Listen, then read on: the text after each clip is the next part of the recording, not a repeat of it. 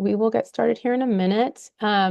Welcome. Thank you so much for joining today. I'm Jerry Danda. I'm the community organizer here at San Francisco Parent Coalition, and we're really excited to share with you today the information and tips that we've all gathered here. We have some experts ready to share with you.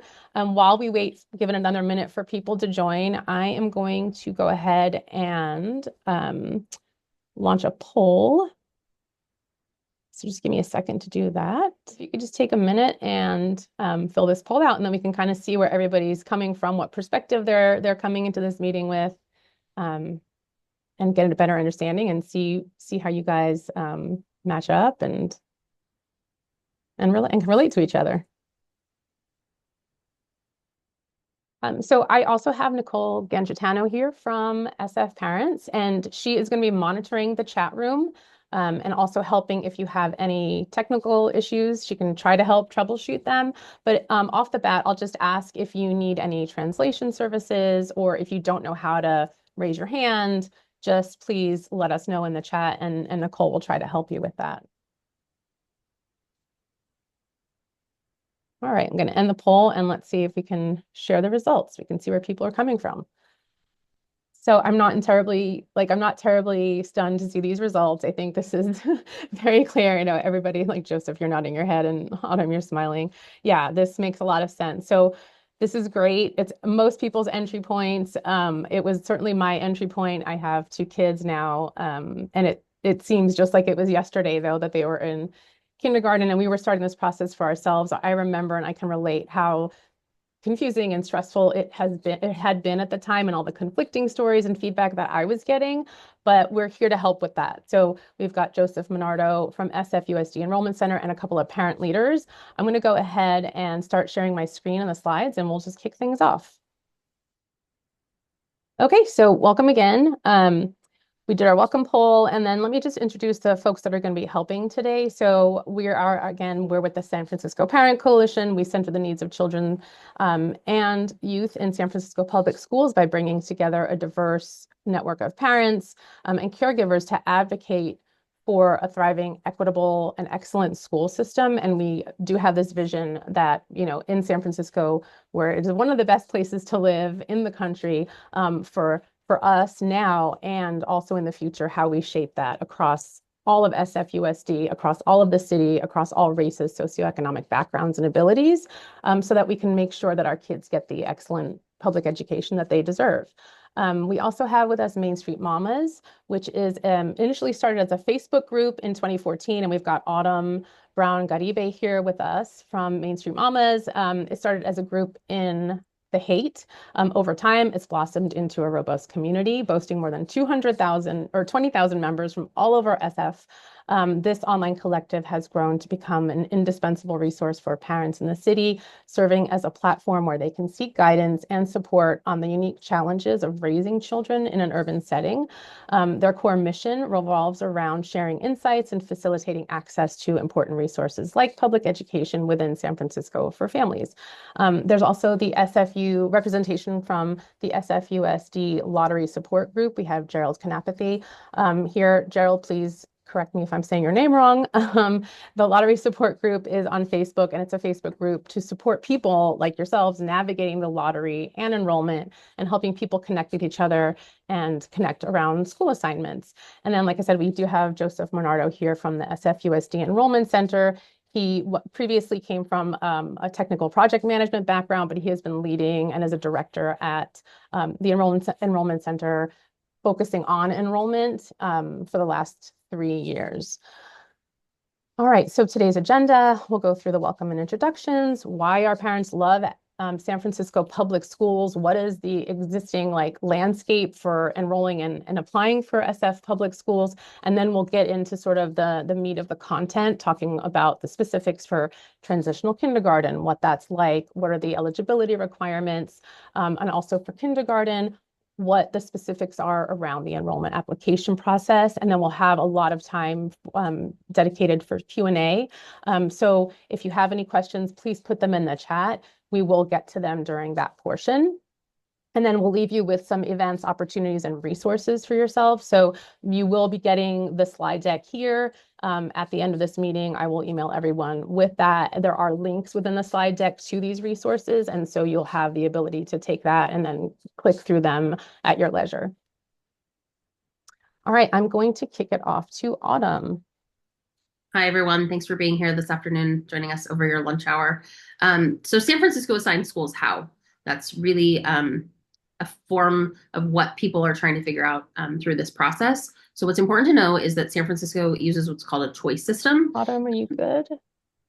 Can you not hear me? I hear you. Oh, great. Okay. Okay. San Francisco uses a choice system to assign students to schools. So what that means is in San Francisco, we are a highly segregated city. The assignment system, also known as a lottery, is meant to be an equalizer. Families living in segregated parts of the city or historically underserved neighborhoods have the opportunity to attend schools outside of their neighborhood, which can sometimes enrich the experience for those students across the district. Additional benefits of the choice system also include access to things like language immersion programs, choice in school start times, and options for different types of aftercare programs that meet families' needs. We'll dive into this further on as we go through this presentation, but it's really foundational to understand how our system works in San Francisco. Parents are really vocal, and I'm sure you have even seen some of us here on the call talk about some of the shortcomings of this process. The district has told us over several different ways in different years that they intend to continue to improve this system. And there are small changes that they have made in recent years to make things easier and more transparent for families. And so we'll talk to some of those changes during our time today. But I think really why I am excited to be sharing a lot of this with you all today is that despite the controversy or frustrations that families have, we know that the majority of families are ending up in one of their top 3 schools that they are putting on their list. And so that's important for you to know. So this is a great video that we will share with you so that you can see why people love their schools. Yeah, thank you, Autumn. Okay. One of the big draws for myself personally is the diversity that the public schools offer, not only in students and teachers, but also in content. She gets to do dance, she gets to do music. It was really important for us to send her to a public school here in San Francisco, just so that she was in a school community that looked like the rest of the city. And public schools to us were a representation of that. We get to play, get to learn. If we have like a cut to get band-aids. I really like my AP English class because we get the chance to do a lot of big group and class discussions. And everyone's so nice to each other, and it's like a big sense of community. The subjects can be different, but like you get to do like this project, you get to collaborate with other people, and you get to meet new people. We play a lot and we do fun art projects. It helps us have friends that also live in the neighborhood and come from many different walks of life and be a part of a very diverse community. And we've just been so impressed by how much the teachers really care about the students and really feeling like they're part of the neighborhood, part of a larger San Francisco community right inside our school. So that's been something that's been really special and amazing for us.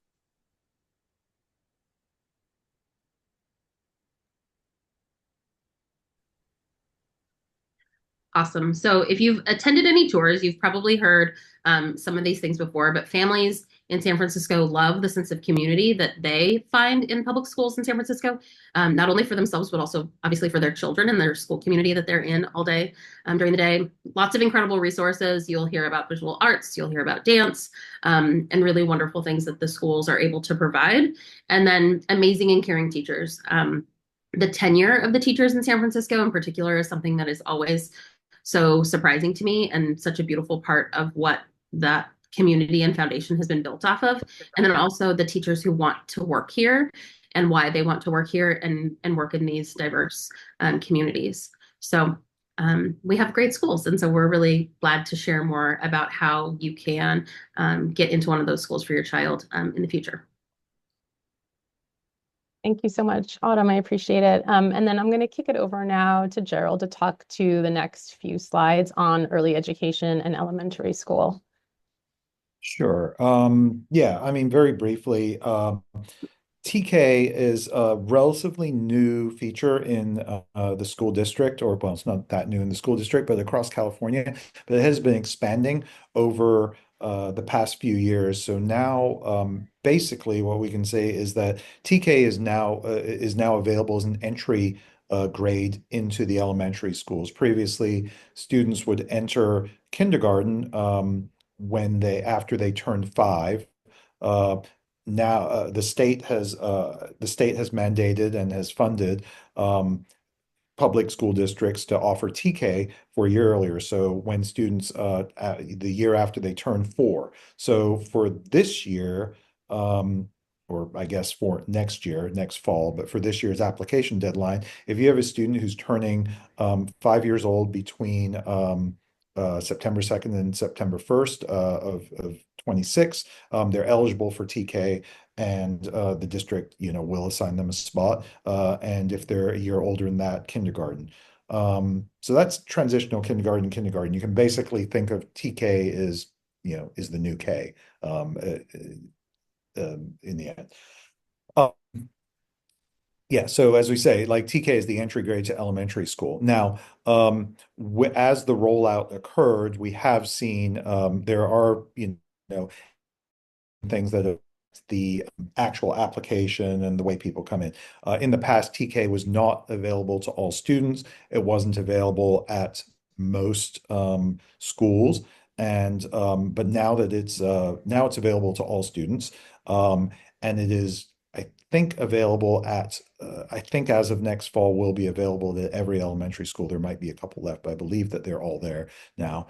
There are you can think of it there are a few differences here and there between admissions into TK versus kindergarten. So for example, we are just now this year having automatic graduation or movement from TK to K in the same school, but some schools don't actually have a TK this year yet. In the future they will.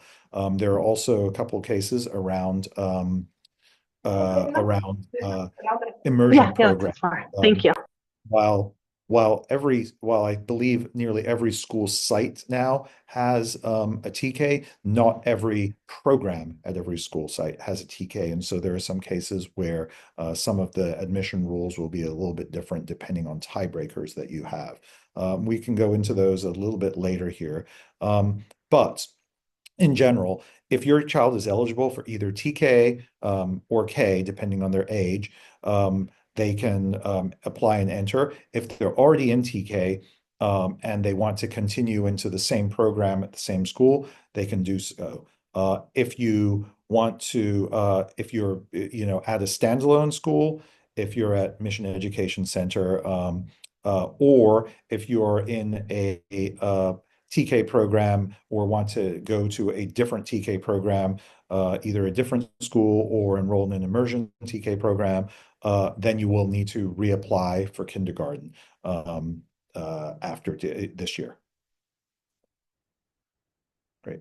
And again, here's the table of eligibility. It's sometimes easier for people to know by their child's, when their child was born, when they're eligible. And so here we can see who's eligible for first grade kindergarten, PK or TK. PK, just so that everyone, I think we didn't talk about it. PK is a separate program run by the district. It's a little bit varied. It's not run the same as elementary. Transitional kindergarten is part of the elementary program. PK is you can basically it's run by a separate office. It has different hours, different curricula, and different admission criteria here, although there is the eligibility here overlaps with TK.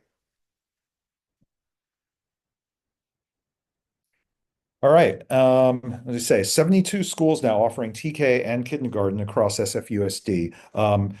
In the slide deck, which I assume will be made available later, you'll be able to click on these links and see these, but you can also just go to the SFUSD website and go under I think there's a section on schools and applying for schools and find access to all these resources here.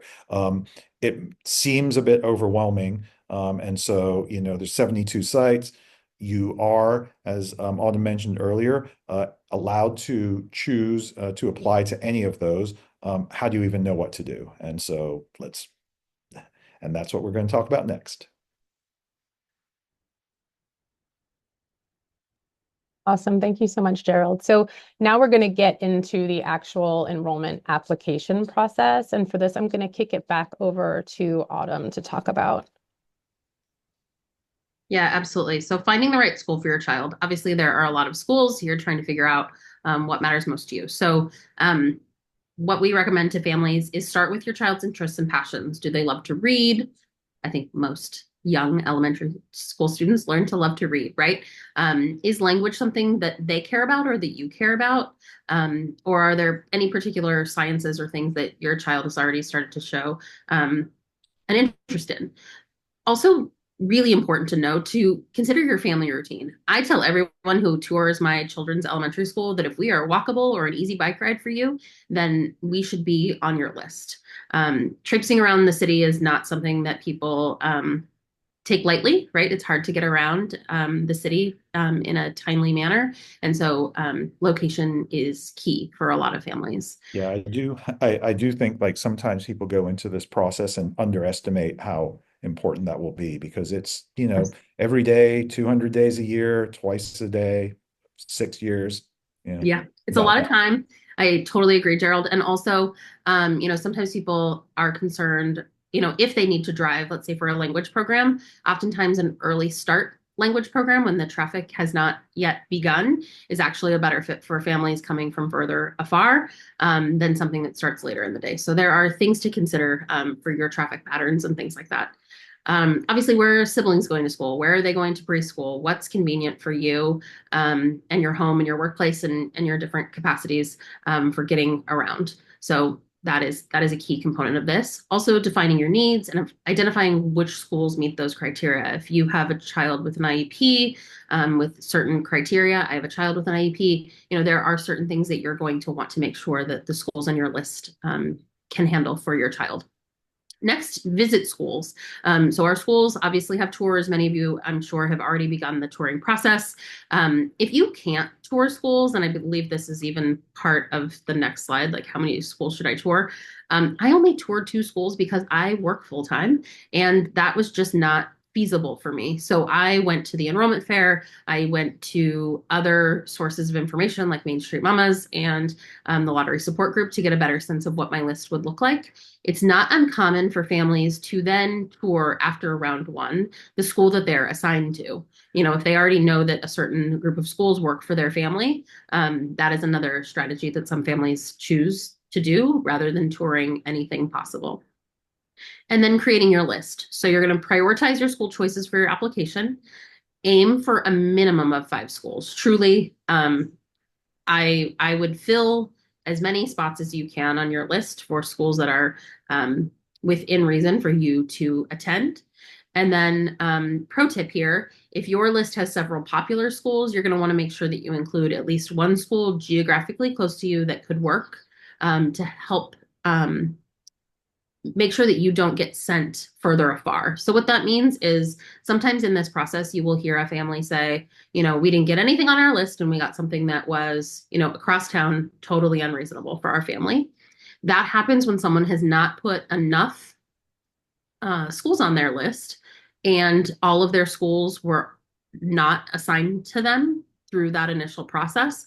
And so they were sent to a school that had a spot. So I really encourage you to fill in the list of schools so that you don't find yourself in a situation where you don't have a school that was on your list at all.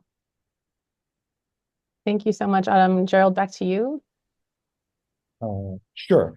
Yeah, so one of the things about the lottery, and we'll talk a little bit more about the details that go into it. You don't actually need to understand everything about the people prefer to understand, of course, but you don't need to understand everything about how assignments are done and how people are ranked.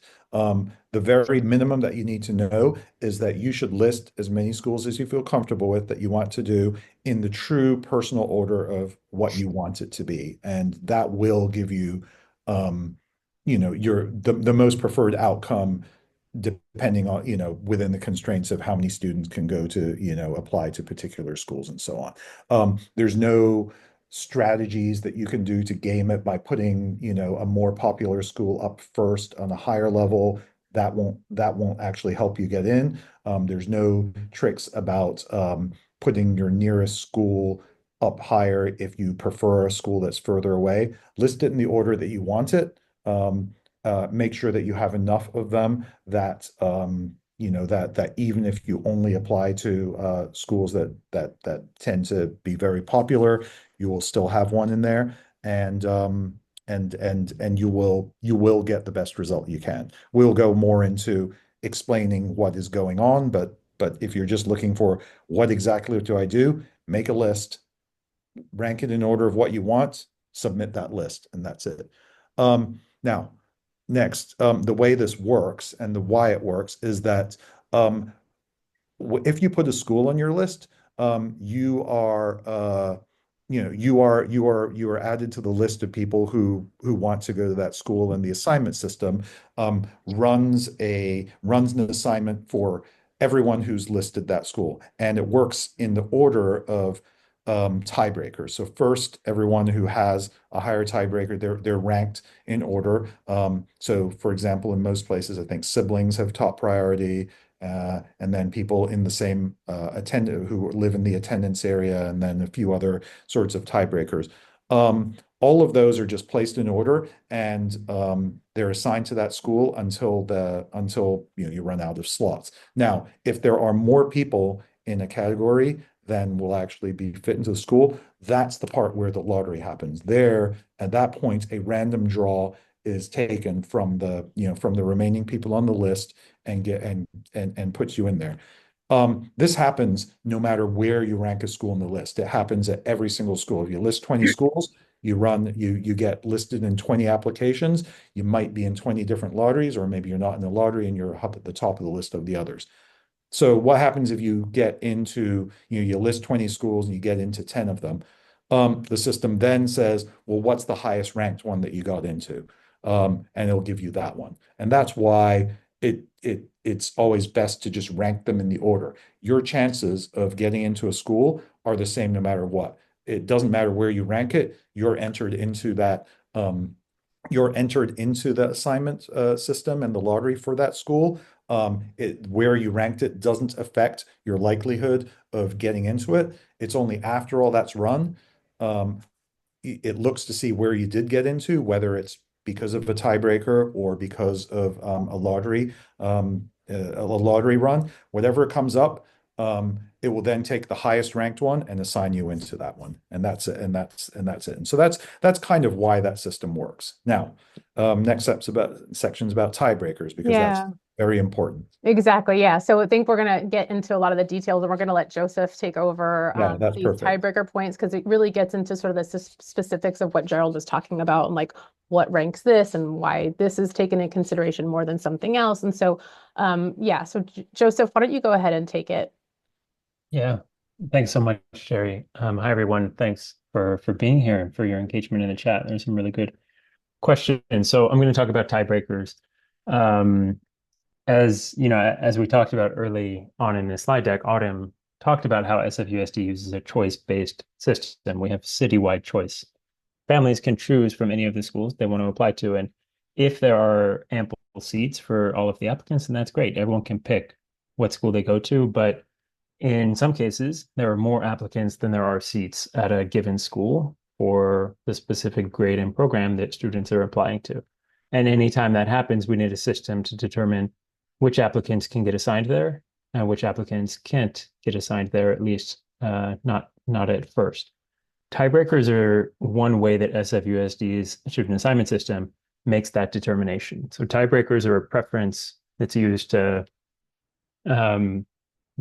basically identify the applicants who get first priority to fill seats. Each grade level and like specific program, and really it's about like general education versus language program. There are different tiebreakers that apply in those different situations. So you can go to sfusd.edu/tiebreakers to see that detail and go like scenario by scenario. What are the tiebreakers that come into play here? And what are the tiebreakers relative order, relative to each other? What's the highest priority tiebreaker and what's the second and third?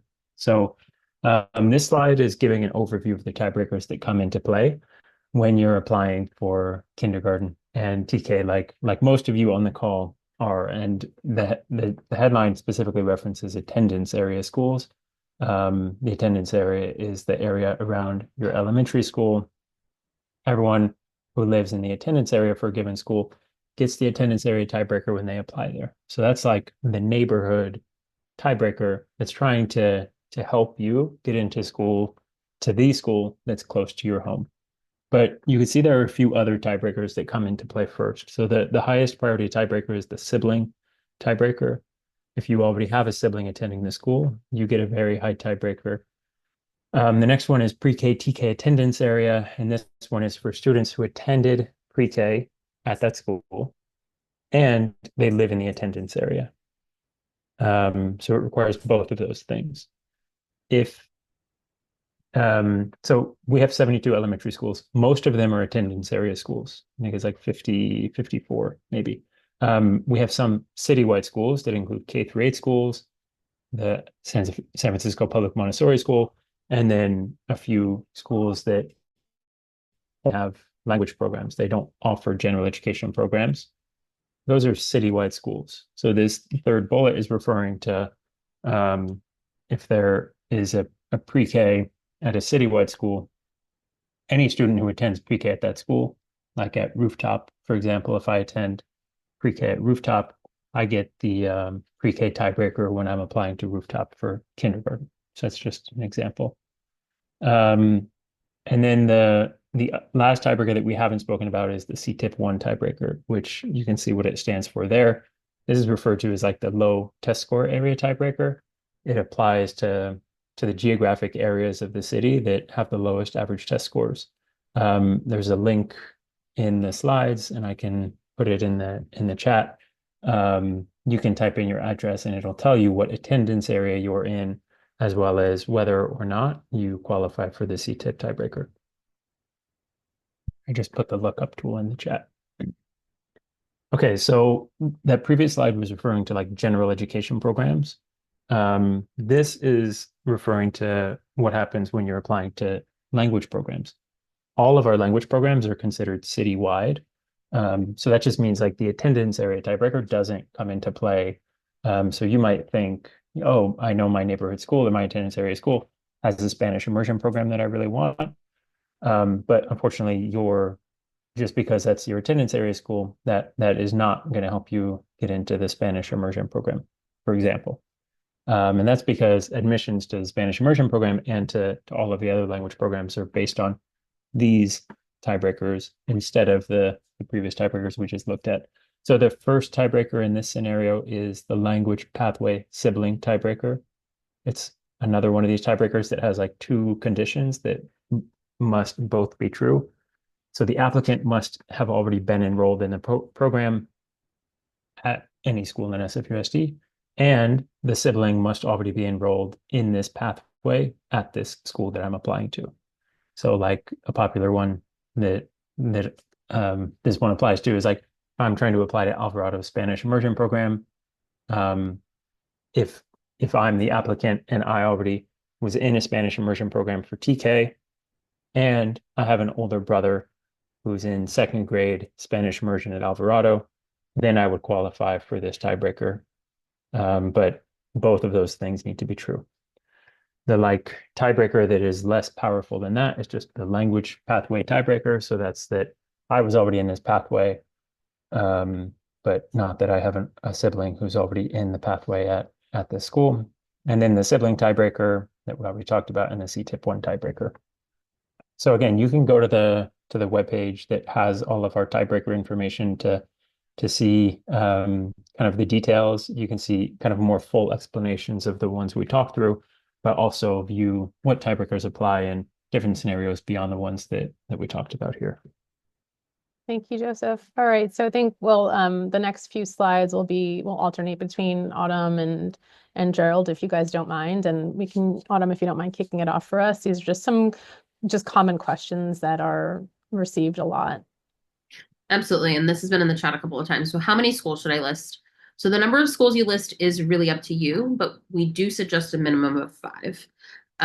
Consider listing any schools that might work for your family, and pay special attention to your top choices. So to someone in the chat, I had mentioned, like, if your top 5 choices are schools that have not historically cleared their wait lists or their wait pool, then those are probably not enough schools on your list. But if you have some that are less popular schools, and by popular, I mean people still love them, but they just don't have the same request per seat, then you're going to want to put more schools on your list. So while we say 5, I really recommend filling in as many schools as you can. What if I don't get any of the schools on my list? So I touched on this a little earlier. Sometimes people don't put enough schools and they have a lot of popular programs on their list. And so if you don't get any of the schools on your list, you'll be assigned to the school that is geographically closest to your home that still has an open seat, which is why we recommend you to really fill this list with any school that is feasibly possible for your family. Because not necessarily that you will stay there, but that might be where you hang out during the wait pool process in the first couple of weeks of school before you are able to transfer to one of your higher priority schools. So my school that my children attend has both a GE program and a Spanish immersion program. We often see that people will wait in the GE program, and then during the wait pool process, they get off the wait list and they move into being in the Spanish immersion program. And so that is a very common use case for that type of flow. There are people waiting for those GE seats too. And so those fill up during the wait pool process as well. And then this pro tip, list schools that meet even some of your criteria that may be in less demand, which I've kind of already said, but there are hidden gem schools, schools that might work better for your family than being randomly, if I live in the Mission, which I do, and I was sent to a school in North Beach, that would not be feasibly possible for my family. And so even though I had CTIP preference, or tiebreaker in the lottery, I still filled out the full form with as many schools as were feasibly possible for my family. I can keep rolling if we want. Yeah. Want to take? Yeah, go ahead. You're on a roll. Oh. Sure. So how many schools should I tour? I think I already mentioned this. I could only tour 2 schools. Ended up attending a tour that someone had invited me to randomly, and guess what? That's now the school that I love and adore, and spend a whole lot of time volunteering at. So the number of schools that you tour is really up to you. You may or may not already be on a whole bunch of lists for tours. Some schools are already at a point where they do not have any more space at their tours. So contact those schools to see if they've had any attrition from people, signing up and not showing up, and they may be willing to allow you to attend. Touring more schools. Sorry, I'll just mention on that particular point, if you go to the district's website, they are pretty strict about not showing you tour dates that are filled up. That's right. But yeah, you can usually try to contact the school admin directly, and they'll often just squeeze you in anyway. I mean, I'm not going to say that for every school, but they're reasonable people. Yes, absolutely. So touring schools doesn't increase any of your chances, right? It's not a requirement of this process. Touring is very time consuming, and most tours do take place during work hours. Some schools do weekend tours. My team did a weekend tour this year, and it was very helpful for working families. There are lots of other ways to get to know a school. So look for carnivals or fairs. Try to see if the school has an Instagram or a Facebook account. There's a lot of schools that have really vibrant online communities of showing you what their school looks like, so that you can get a sense of what that looks like. and then talk to people, post in the lottery support group or on Main Street Mamas, ask people, does anybody know anything about this school? Also just search the archive on Main Street Mamas and on the lottery support group. People have been talking about the schools in San Francisco as long as these groups have existed. And so there's a lot of historical data that you can find from families for a long time about different schools. Another cool thing that some of the schools do have is called a shared schoolyard program, which is schools in certain parts of the city are actually gates open on the weekends. If you have a gates open school in your neighborhood, you probably already know about it. But if there are other schools that you hadn't considered yet, check out this list. This deck will be shared out at the end. But that's a great way to just get a sense of the outside part of the campus, because those schools are open on the weekends for kids to play.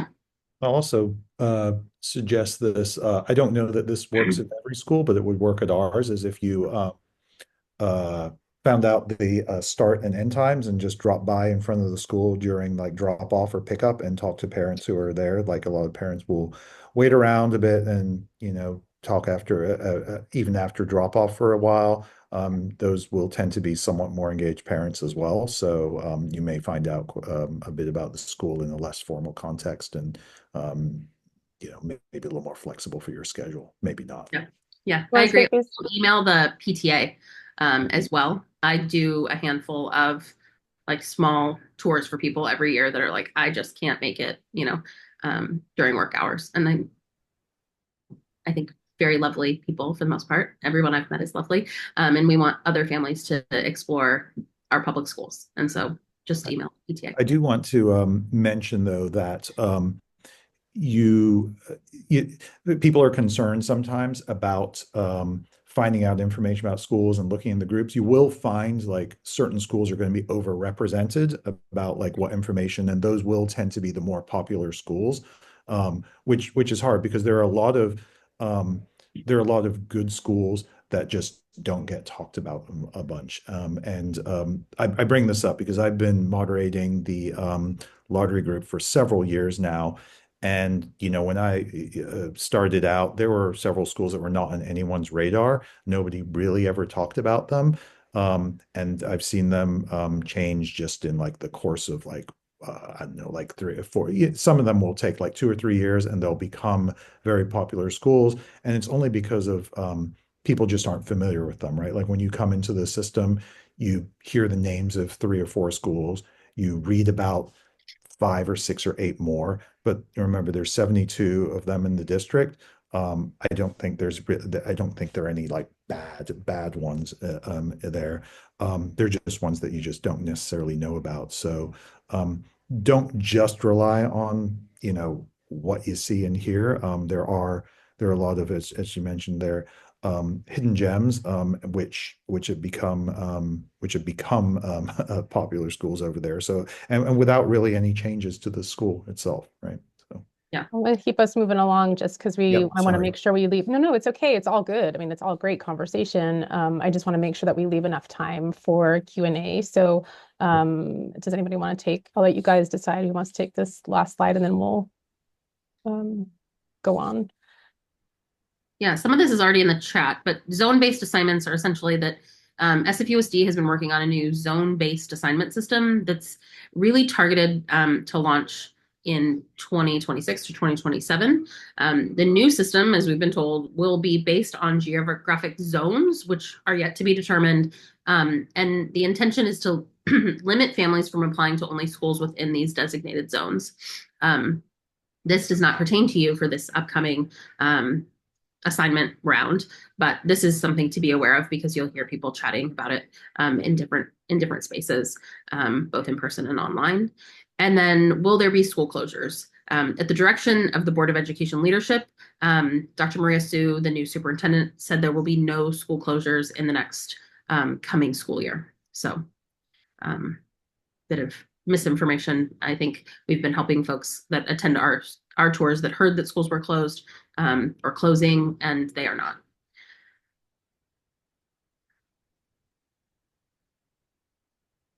I can keep rolling. Is that good? Yeah, that'd be great. Yeah. So keep calm. All good. Sorry, I was just answering questions in the chat. Oh, that's okay. It's all good.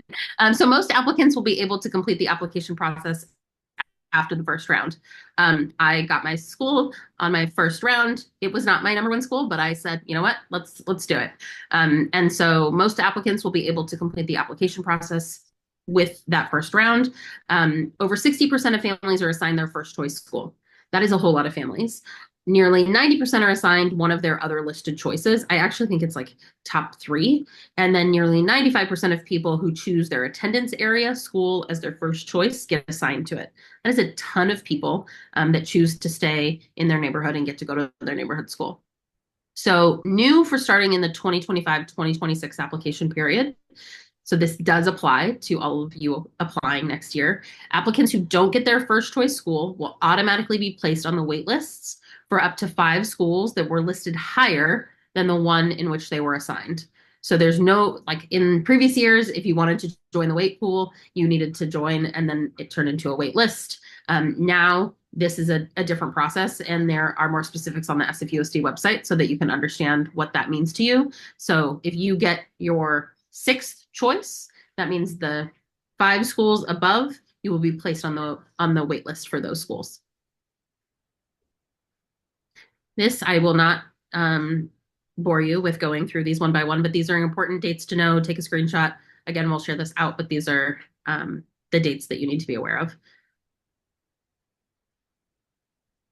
Key takeaways. Again, I don't think we need to go through these in close detail, but these are the things that you need to know and the key points that you should understand from this session.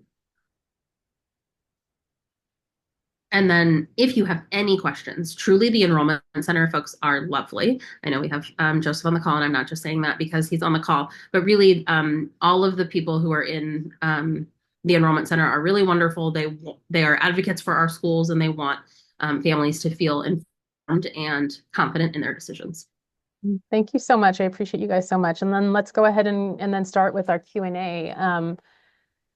Do you want to just kick it off and whatever you see in the chat, or if folks want to come off of mute and ask a question, feel free. I saw a question earlier in the chat. It was about language, students who speak multiple languages and how they're impacted. So there are 2 things I want to say about that.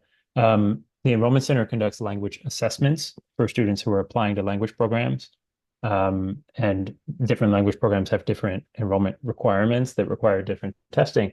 But you can speak with us more about that if you have questions about what testing your student maybe has to do or might want to do, either to be eligible for certain language programs like biliteracy, or to maybe improve your odds of getting into dual immersion programs.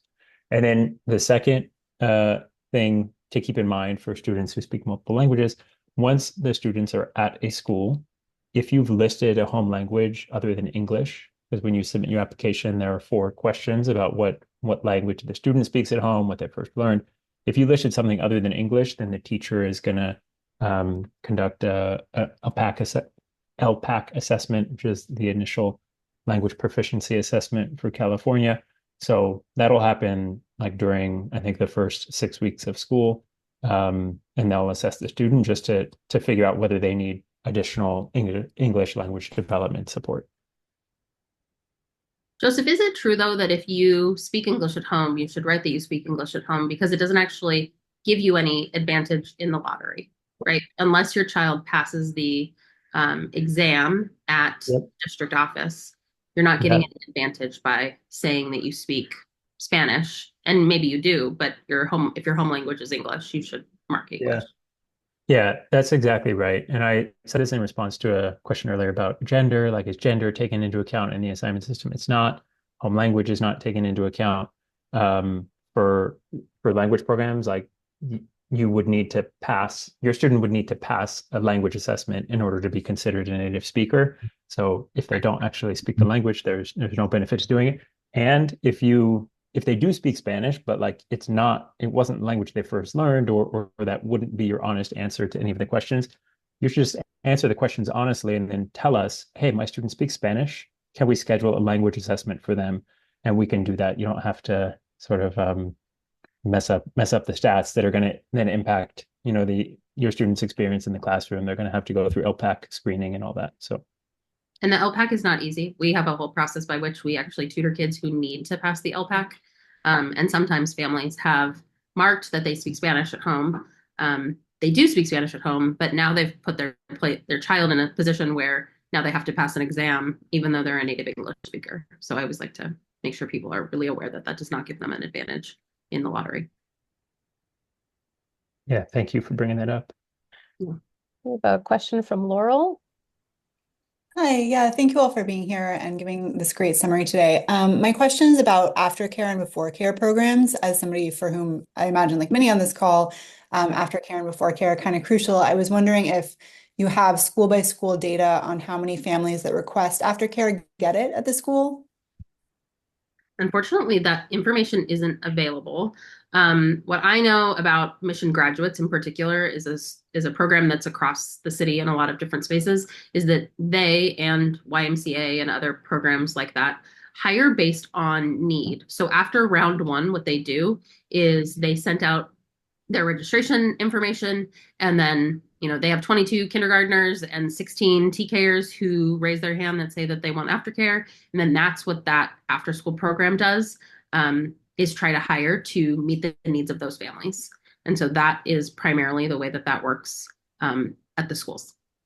But there's no guarantee, and because our after school programs are run by CBOs or community-based organizations, there's no tracking for that specific piece.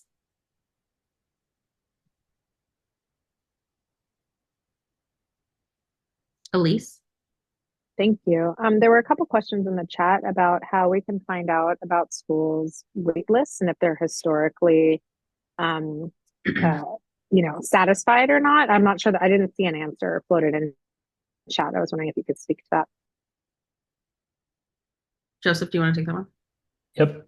Yeah, this is hopefully something that you all agree we've gotten better at over the last few years, is making some of that information more transparent. And two years ago, we started publishing the number of average wait pool offers that were given. And for those of you who are like new to this process, what's the wait pool? Don't worry about it. It's a thing that doesn't exist anymore. But I guess the link I just put in the chat is a link to our annual assignment highlights. So you can see information here about like mostly what happened during the main round. So I saw some questions about what do you mean like high demand, or what do you mean popular?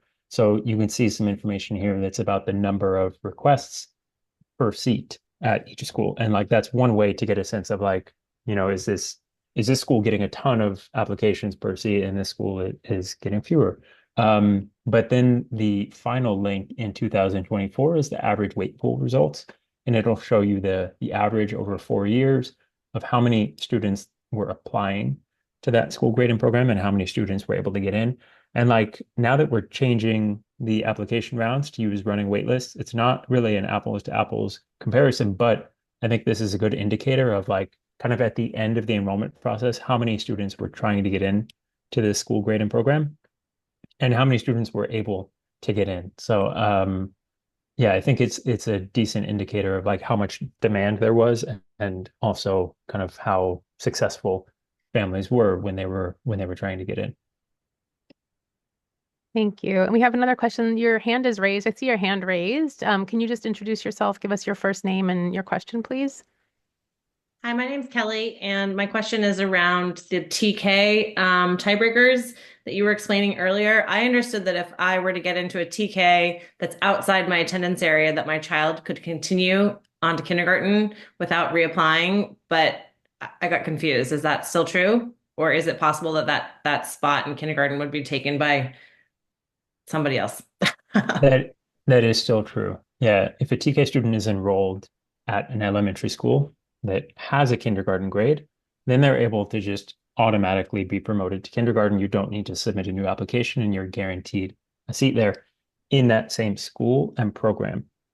Great. The only like exception that I want to call out for people, if you're attending TK at a standalone early education site that only has pre-K and TK, then there is no kindergarten at that school for you to promote into. So in that case, you would need to apply again. But whether the elementary school is your attendance area school or not does not impact whether you can be promoted to kindergarten. Thanks. And just clarifying question, all those standalone pre-K TK sites are considered citywide, or do any of them have attendance area assignments? They are considered citywide. Thank you. Thank you, Kelly. Any other questions from the chat that you guys can see and want to address? Can I ask another question? Sorry, I'm not raising my hand. I'm curious, can someone just explain more about how the automatic wait list works? Because when I was at a tour, someone mentioned because of this new change in how you get applied to wait list, it's really important how you rank the top 5 or something. So can someone just clarify that? Yeah, I can. And I see Erica's question in the chat. It's about, can you get into more than one school after the lottery? And so I think this is a good place to start because you only get into one school in the lottery. One of the slides explained, like, basically for each choice you submit, the assignment system is going to determine for each of those choices, can you get in there based on your tiebreakers and random numbers? And so if you list 10 choices, you're going to have 10 answers that are either yes or no. But then we're only going to give you your school assignment to the choice that you were able to get into that was highest on your list. So if you get into your number 1 choice and your number 5 choice, we're only going to assign you to your number 1 choice. So period on that. After everyone gets a school assignment, if they don't get a school assignment to one of their top 5 choices, then we're going to automatically put students onto wait lists for their top 5 choices. So if you were not able to get into 1, 2, 3, 4, or 5, but you did get into your 6th choice, we would assign you to your 6th choice, and then you would automatically be on the wait list for those top 5. Your position on each of those 5 wait lists is going to be based on the results of the student assignment run, which is based on the tiebreakers and random numbers. So it's basically like using the same assignment system process that is based on board policy and that we use all the time for school assignments. And it's just sort of like extending the timeline out, right? Because previously we would say the main round is done. Either people got in or they didn't. And if they didn't, it would like disappear. We would throw it all in the trash. But now we're going to say you didn't get in right now, but we're going to like keep that wait list, I guess keep all that work result intact. And then we're going to offer new seats to students who are on those wait lists based on the assignment run results as soon as seats become available. Hopefully that was clear. Yeah, super clear. Thank you. That was really helpful. I have just kind of like a quick follow-up to that. So say you get assigned number 6, you're waitlisted for 1 through 5, a spot pops up at school 3. Like what happens in those scenarios? If you accept that, are you removed from all other wait lists? Like, can you keep trying to just level up, or what happens in those situations? Yes. Yeah, you can keep trying to level up. So if you get into the wait list at your 3rd choice, you can accept that and remain on the wait list for your 1st and 2nd choice. But in that case, we would automatically remove you from your 4th and 5th school's wait lists. So I guess this goes back to the question that I sort of neglected to answer. You should make sure that the order of the schools on your preference order of your waitlisted schools is accurate. Because if your number 1 choice becomes available, you're going to lose your position on the other 4 schools. So yes, you should make sure that 1, 2, 3, 4, 5, that it really reflects your order of choices. And obviously, if there's only 1 school you're waiting for, or 2 schools that you really want, you don't need to list 5 choices, just 1 or 2. But for all of the choices that you do have, make sure that the order you have them reflects how you actually would prefer them relative to each other. And I guess like this goes back to in the main round, when you're submitting your main round application, you want to make sure that your top 5 choices are an accurate reflection of your top 5 choices. Because if it turns out that the school that you put number 7 is the one that, oh, actually, that's the one we really want now, in February or March, when you go to join that school's waitlist, you're going to be joining the bottom of it, rather than like if you had put it as your number 1 choice back when you first applied, then you would be in a much better position to get into that school. Okay, we have about a minute left for questions. So I want to get to Anesta because her hand is raised, and then we'll go through after this call. As we give you the slides, we can also compile questions and get like a Q&A sheet out to you as well. Go ahead, Anesta, Okay, please. hi. Thanks so much for having the session. It's been really helpful. I do have two questions. I think you kind of touched upon it with the February waitlist date. I think that slide was just flash, and I just caught a glimpse that something about waitlists is in February, and I know the assignments are happening in March. Second question is, assuming we all get our assignments in March, and that you are almost obligated to kind of accept that as a school that you want to go and at least secure a spot. How do you foresee any motion happening past that, or is the lottery happening in like, let's say there are 66 spots, you're only lottering for 56 in the first round? Is that how you're allowing for movement? Yeah, I mean, after the main round, we always get some declines, and I mean, you'll have to make a decision about whether you want to accept your assignment or not. Some people do decline because it's not an option that's going to work for them. So some seats become available after the main round, like in March and April. And then throughout the spring and summer, more students withdraw, or they're able to get into different schools on their wait list. So there's a domino effect. Families leave San Francisco or, enroll in different school options outside of SFUSD. So, yeah, there are seats that open up after the main round. Typically, a lot of that movement doesn't happen until August, unfortunately. But, we try and communicate as proactively with parents to encourage them to let us know as soon as they know that they're not going to be taking the seat that they're filling. But we can only give seats away as soon as we know that they're actually available. And you get about a week, right, to respond or something. Yep. Yeah, you'll get a work week. We plan to send notifications on Monday, and you'll have until Friday to respond. Got it. Thank you. All right. Thank you all so much for being here. We have to close out Q&A and close out the meeting just to be mindful of time. But again, you will be getting these slides and a Q&A sheet after the meeting or after this call. We'll be sending that out. Look for that in the next couple of days. And you'll also have access to all of these resources here. So where you can sign up for school tours, where you can meet parents through our organization, SF Parents Events, the links to the Facebook groups, so you can join those, links to the SF Parents newsletter, et cetera, et cetera. There are some really helpful guides on more on the school assignment and the Integrated Schools podcast discussing the importance of school integration. So we hope those will also be helpful. And then, of course, if you have any questions, you can reach out to us at hello@sfparents.org.